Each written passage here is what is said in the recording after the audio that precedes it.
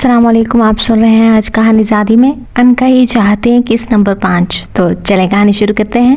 आसिफ घर वापस आया तो अब इसे इस बात की तह तक जाना था, आखिर ऐसा क्या हुआ था कि जिससे वो इस कदर टूट गई थी। इधर जब आसिया बेगम जहर उगल रही थी अपनी भांजी के लिए जिसे वो असद की बीवी बनाकर लाना चाहती थी, इनके सब ख्वाब मिट्टी में मिल गए थे जब असद ने कहा, मामा बाबा आप क्यों झगड़ा कर रहे हैं। पहली बात बाबा, वो बाप की तरफ मुड़ा जो आसिया बेगम के अल्फाज पर सख्त बरहम बैठे थे। मोना मेरी छोटी बहन है, वो बहुत मासूम और प्यारी बच्ची है। वो माँ के अल्फाज के असर को ज़ायल करने के साथ दिल की बात बता रहा था और हमेशा मेरे लिए छोटी बहन ही रहेगी। मैं कोई नया रिश्ता बनाकर खुद को और उसको मुश्किल में नहीं डाल सकता, और मामा मैं किसी और को पसंद करता हूँ, इसलिए आमना आसिया बेगम की भांजी का तो सवाल ही पैदा नहीं होता। मैं आपको बता देता क्योंकि मुझे शादी की अभी कोई जल्दी नहीं है, ना ही इसे है, इसलिए मैं अभी तक खामोश हूँ। अब आपने बात शुरू की है तो आपके इल्म में ये बात लाना मेरे लिए बहुत ज़रूरी हो गया था। बाबा मैं सिर्फ रानिया से शादी करूँगा। अंदाज टोक टोक था।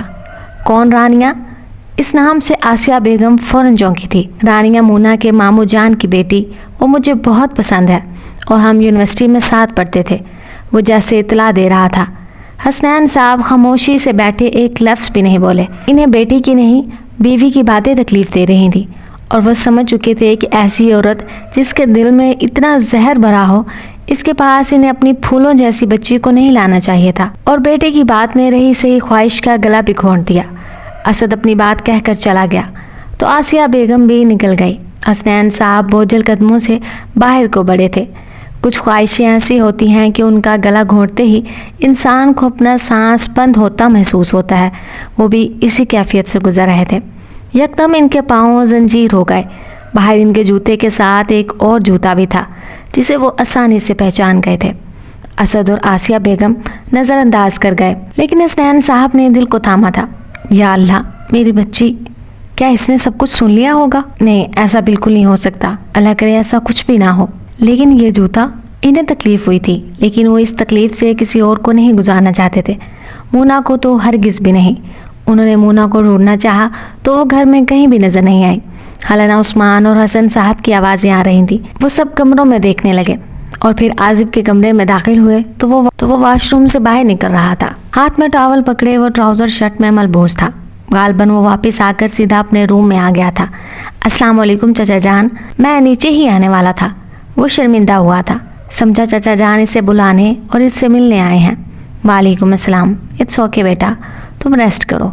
और फिर किसी ख्याल के तहत वापस पलटे। मूना को देखा है आसिफ? चचा के सवाल और चेहरे पर रकम परेशानी इस बात की तरफ इशारा थी कि वो सब जानते हैं। जी चचा जान, वो घर जा चुकी है। और आप प्लीज़ मुझे बताएं चची जान ने ऐसा क्या कहा था? वो ठीक नहीं है। इसने डोक टोक बात की थी। हसनैन साहब बेबसी के आलम में बेड के किनारे अटक गए थे। उन्हें जिस चीज़ का खौफ था वही हुआ था। मेरी बच्ची ठीक तो होगी ना आसिफ? वो बोले तो लहजे में सदियों की थकन थी। चचा जान प्लीज़ मुझे बताएं क्या हुआ था? वो इल्तिजा कर रहा था। हसनैन साहब ने इसे मुख्तसर बातें बताई थी और इनसे ही वो मोना की तकलीफ़ का अंदाज़ा लगा सकता था। चचा जान ने असद की पसंद और इसके फ़ैसले के बारे में कुछ नहीं बताया था। वो अभी इस मामले पर गौर व फिक्र करना चाहते थे, लेकिन इस वक्त इनके लिए सिर्फ इनकी बेटी अहम थी जिसे वो नज़रें मिलाने की हिम्मत नहीं कर पा रहे थे। आसिफ मूना के लिए दुखी था, लेकिन इसका नाम किसी और के साथ मंसूब होता देखना इसके लिए काफ़ी ज़्यादा तकलीफ दे था।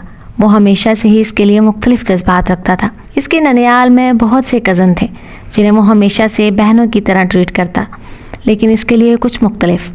वो इसकी आंखों में आंसू नहीं देख सकता था। इसे जब इल्म हुआ कि वो अपनी स्टडी के लिए इतनी हसास है तो जब भी वो किसी टॉपिक का नाम बताकर समझाने की रिक्वेस्ट करती तो वो फ़ौरन अपने हज़ारों ज़रूरी काम छोड़कर फ़ौरन आ जाता और हंसते हुए इसे इतनी प्यारी लगती कि नज़र हरकत करना भूल जाती। वो इसके बाकी कज़न और भाइयों की तरह हर वक्त लाड नहीं करता था और ना ही कभी इसकी तारीफ़ कर पाया। पहले वो अपने एहसासात इसके इकलौती बहन होने से मंसूब करता, लेकिन ऐसा नहीं था। जब इसे यह एहसास हुआ तो वो सख्त गुरेज़ा हुआ। इसे इसका भाइयों पर नाज को तोड़ना नहीं था, इसे कम अज़ कम अपनी ज़ुबान पर एतराफ़ नहीं लाना था, इसे ख़ुद को रोकना था और यही इसका फ़ैसला था। वो कमज़ोर नहीं था, वो रिश्तों का एहतराम करना जानता था। इसे औरत की इज़्ज़त करना और इसके जज्बात का एहतराम करना आता था। کیونکہ بلا شبہ اس کی پرورش ایک عظیم ماں نے کی تھی، لیکن آج اسے پہلی بار ایسے لگا تھا کہ جیسے اس نے کچھ کھو دیا ہو، شاید خود کو بھی کہیں کھو دے۔ عازب کے لیے مونا کو اسد کے ساتھ تو کیا، کسی اور کے ساتھ دیکھنا بھی خوفناک تصور تھا۔ وہ آرمی سے منسلک تھا اور کئی مشکل مراحل سے گزرا تھا، لیکن کبھی بھی کوئی بھی لمحہ اس پر اتنا بھاری نہیں گزرا تھا۔ جب چچا جان نے اپنی خواہش کا اظہار کیا تھا، اسے لگا جیسے کسی نے اس کی زندگی چھین لی ہو۔ وہ جتنا اس کیفیت سے بچنا چاہتا، اتنا ہی اس میں دھس رہا تھا، اور مونا بول رہی تھی کہ وہ چچی کی طرح سوچتا ہے۔ تب اسے چچی کی باتوں کا علم نہیں تھا، اور جب علم ہوا تو بہت تکلیف ہوئی۔ تو آج کی قصہ یہیں پر ختم ہوتی ہے۔ اپنا فیڈ بیک دینا مت بھولیے گا۔ ملتے ہیں اگلے ہفتے نئی قصے کے ساتھ، تب تک کے لیے اللہ حافظ۔